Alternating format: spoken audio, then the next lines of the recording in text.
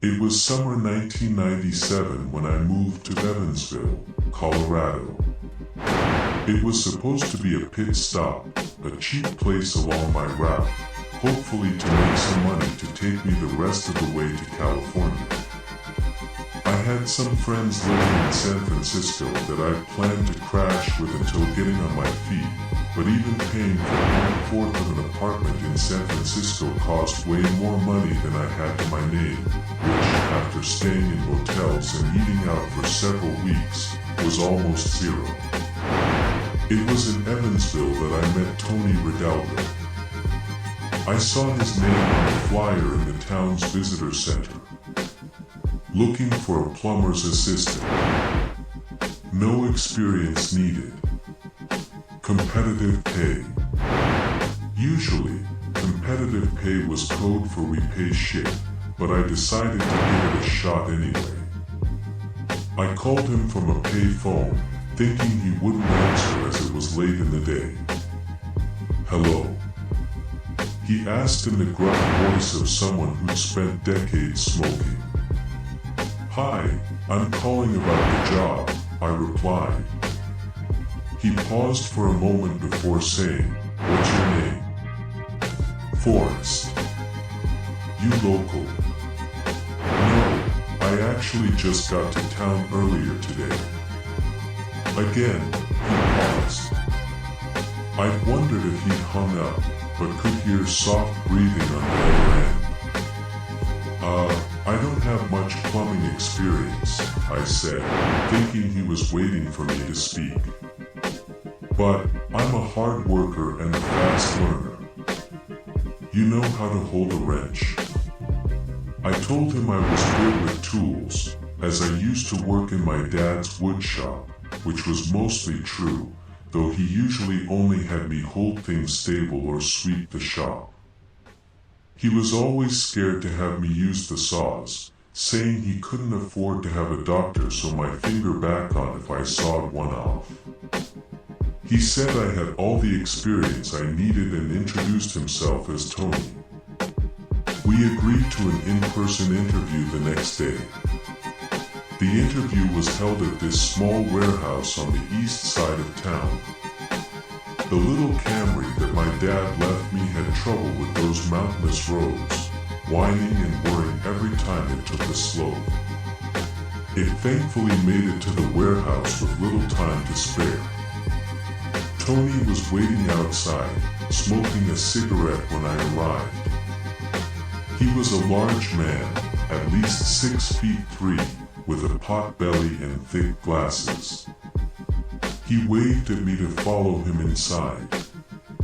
The inside was filled with PVC pipes and shelves containing everything from brand new tools to cleaning supplies to loose wood panels.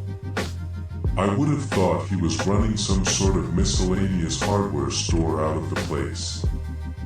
Got everything you need, I suppose, I said to him while looking around. Yup, he said.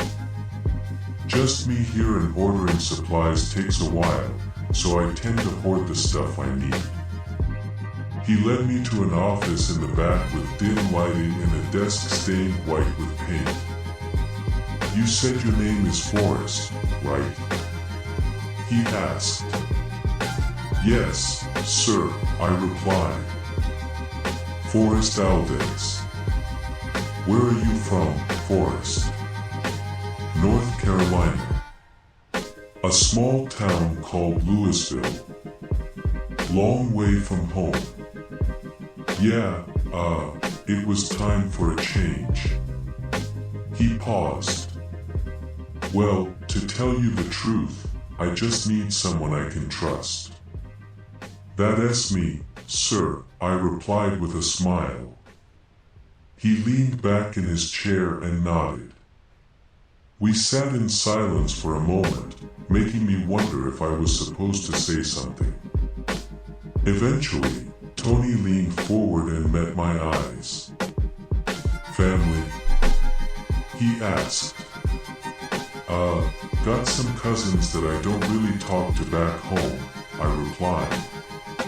And I never really knew my mom. And your dad? I shifted in my seat. He passed away. A few months ago. Sorry to hear that. Nah, I said. He was sick for a long time. I think it was for the best. He smiled to himself and nodded. We sat in silence for another moment as his eyes drifted to a picture frame on his desk. He smiled at it and then turned it around. There were 3 people in the picture, all standing arm in arm in a clearing surrounded by pine trees. Tony himself, a thin woman, and a young boy with shaggy blonde hair. I leaned forward and smiled. Beautiful family you got there. He turned the picture back and smiled. Yes, thank you. Family is important. The most important thing there is. You're right about that, I said, smiling. He stared at the picture for another few moments before turning back to me as if he'd forgotten I was even there. Well, Forrest, I think you'd be a great addition to the team, and by team, I mean me, he said with a laugh.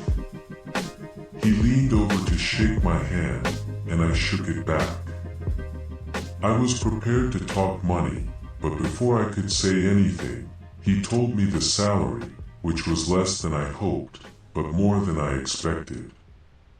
Either way, it was more than my current pay of $0 per year. He stood and took my hand. You'll start tomorrow, he said. The jobs with Tony took up most of the day. And he was right, there wasn't a lot to most of the jobs, at least on my end. Install some pipes here, unclog a sink there. He handled all the difficult stuff. And when I needed help with the easy stuff, he never made me feel stupid about it. Not like bosses I'd had in the past who made me feel like a Neanderthal for not being able to do something perfectly that I just learned. One day, we were working in the crawl space under a house. I always hated small spaces, which is why staying at that cheap motel was a mindfuck. My dad said it was because of something that happened when I was younger, but he never told me what it was. Sometimes, I dream about being in a dark enclosed space with someone yelling outside, but I'm not sure if that's an actual memory. The crawl space was dark, dusty, and full of spider webs with bits of light peeking through thin cracks in the wood. Tony was right outside, searching for the water main, while I was tasked with looking under the house for leaks. It was fine at first, but the deeper I crawled, and the more that spider webs covered my face, the faster my heart beat. I bit my lip and took several deep breaths, telling myself to stop being a pussy. A breeze blew by. I didn't know how that was possible in the enclosed space, but it carried with it a soft sound. I clocked it as a man's voice, but told myself I was hearing things. It came again, this time a bit louder. It wasn't Tony's voice, but one I recognized. Forrest, he said. I closed my eyes and shook my head. The light from the cracks disappeared. Stop, stop, I told myself. Forrest, help. Stop. I cried before crawling towards the only source of light I could find. You have to, Forrest. Stop. Stop. Stop. I continued to yell while diving into the light of the open air. Tears covered my face, and my heart beat like a bass drum. I couldn't stop my hands and legs from shaking as I rolled into a ball on the ground. A hand touched my back, bringing me back to reality. I took several deep breaths and looked around to see the still, silent woods staring back at me. Tony was standing behind me, wearing a sympathetic smile. "Come on, let us grab a beer," Tony said. There was only one bar in town as far as I could tell. This small place, called the Watering Hole, that looked almost like a rundown gas station from the outside. Tony went to the bar to order drinks while I sat at a table near the back. One of the men a few tables over lifted his head and met my eyes. He stared for a moment, then looked at Tony before putting his head back down. He soon returned with 2 beers, setting one in front of me before taking a big swig of the other. "Good work today," he said. "Thanks," I said with a soft laugh. "Guess you didn't expect to hire such a pussy."